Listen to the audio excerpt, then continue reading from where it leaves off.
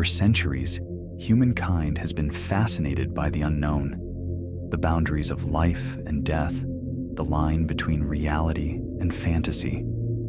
And in that realm of the mysterious, one creature stands out above all: the zombie. From its early mythological roots to its rise in pop culture, the zombie has transformed from a terrifying monster of folklore into a beloved character in movies, television shows, and video games. But how did this creature, this reanimated corpse, come to hold such a grip on our imaginations? This is the legacy of the zombie myth, its origins, its evolution, and its cultural significance. Before the zombie was the terrifying, flesh-eating monster we know today, it was something entirely different. The origins of the zombie myth lie deep in the heart of Haitian Vodou, spelt Vodou, a religion practiced in Haiti and parts of the Caribbean. But to understand this story, we must first take a journey to Africa. In the 17th and 18th centuries, millions of Africans were taken as slaves to the Caribbean, bringing with them their beliefs, their traditions, and their spiritual practices. Among these was the Vodou religion, which mixed elements of West African spiritual beliefs with Roman Catholicism, creating a complex and mystical worldview. One of the central figures in Vodou mythology is the zombie, spelt Zombi, a spirit, or more accurately, a soul, that could be trapped or coerced into returning to the world of the living. But the zombie wasn't an undead creature. It was the soul of a deceased person, often brought back by a bokor, a Vodou priest or sorcerer, skilled in both magic and dark arts. According to Vodou practitioners, a bokor could capture someone's soul and force it back into a body, making them a zombie. The result was a living person with no will or consciousness of their own, an obedient servant to the sorcerer. This wasn't a zombie in the sense of the flesh-eating horror that we've come to know, but a soulless shell, a person enslaved to a powerful figure. In Haiti, the belief in zombification is still prevalent. Some see it as a metaphor for the brutal conditions of slavery, a means of control over a person's life and freedom. The idea was that someone could be taken and turned into a zombie, losing all sense of agency, and that could happen to anyone. As the years passed, the myth of the zombie and the practice of zombification slowly began to escape the confines of Vodou. It was in the early 20th century that the zombie would undergo its first transformation, changing from a soulless servant of dark sorcery into the flesh-eating monster we recognize today. The turning point? Hollywood. The first major appearance of the zombie in popular Western culture came in 1932 with the release of the film White Zombie, directed by Victor Halperin. The movie starred Bela Lugosi, a horror icon best known for his portrayal of Dracula, and it introduced audiences to the idea of a human being turned into a mindless slave, devoid of free will. White Zombie was a pivotal moment. It didn't depict zombies as the bloodthirsty, decaying creatures that we know today. Instead, it showed them as hypnotized humans under the control of a sinister force.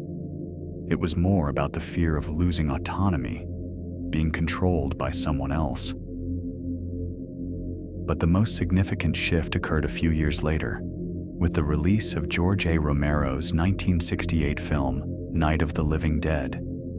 Here, the zombie was reborn, and the fear of the undead took on an entirely new dimension.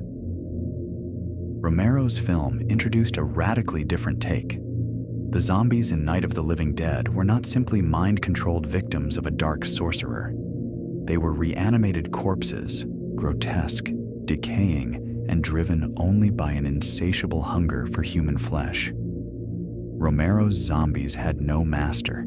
They were the ultimate symbol of mindless consumption and destruction. Romero's zombies were more than just monsters. They became a reflection of the times. Night of the Living Dead was released in the midst of the Cold War, the Civil Rights Movement, and social upheaval. The zombies could be seen as a metaphor for conformity, mindless consumerism, and the dehumanizing forces in society. Romero's vision sparked a cultural revolution. Over the next few decades, the zombie would continue to evolve, becoming one of the most recognizable figures in horror. Throughout the 1970s and 1980s, the zombie genre expanded, with films like Dawn of the Dead, 1978, and Return of the Living Dead, 1985, pushing the boundaries of horror and satirical social commentary. What Romero did with Dawn of the Dead was brilliant. The zombies were in a shopping mall, mindlessly consuming products. It was a direct critique of consumerism, of how people can become slaves to their own desires. These films tapped into deeper social anxieties, and that's why they resonated so strongly with audiences. By the 1990s, the zombie had fully entered the mainstream, with the genre expanding beyond film into video games, television, and literature.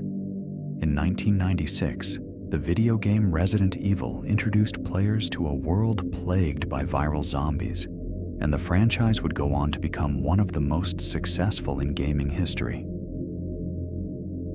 Zombies are the perfect enemy in games because they represent chaos. They're relentless, they're everywhere, and they leave no room for diplomacy. The player is forced into survival mode. It's all about resource management, making choices, and seeing how far you can go in a world that's falling apart. In the early 2000s, the zombie apocalypse theme surged in popularity, with films like 28 Days Later, 2002, and Shaun of the Dead, 2004, offering a mix of terror, humor, and satire. The zombie had evolved once more, no longer a simple monster, but a vehicle for exploring human behavior, society, and survival instincts. Today, zombies are everywhere.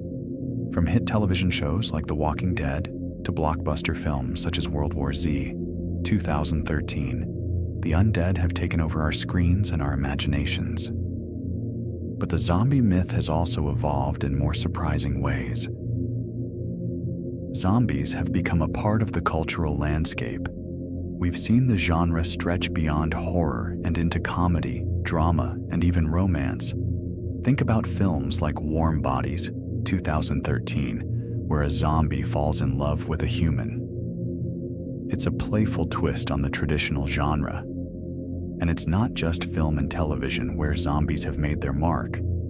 The zombie apocalypse is a common theme in dystopian fiction, often exploring questions of survival, society's breakdown, and human nature under extreme conditions. The Walking Dead may be an external threat, but often the real horror is what happens to the living in the aftermath.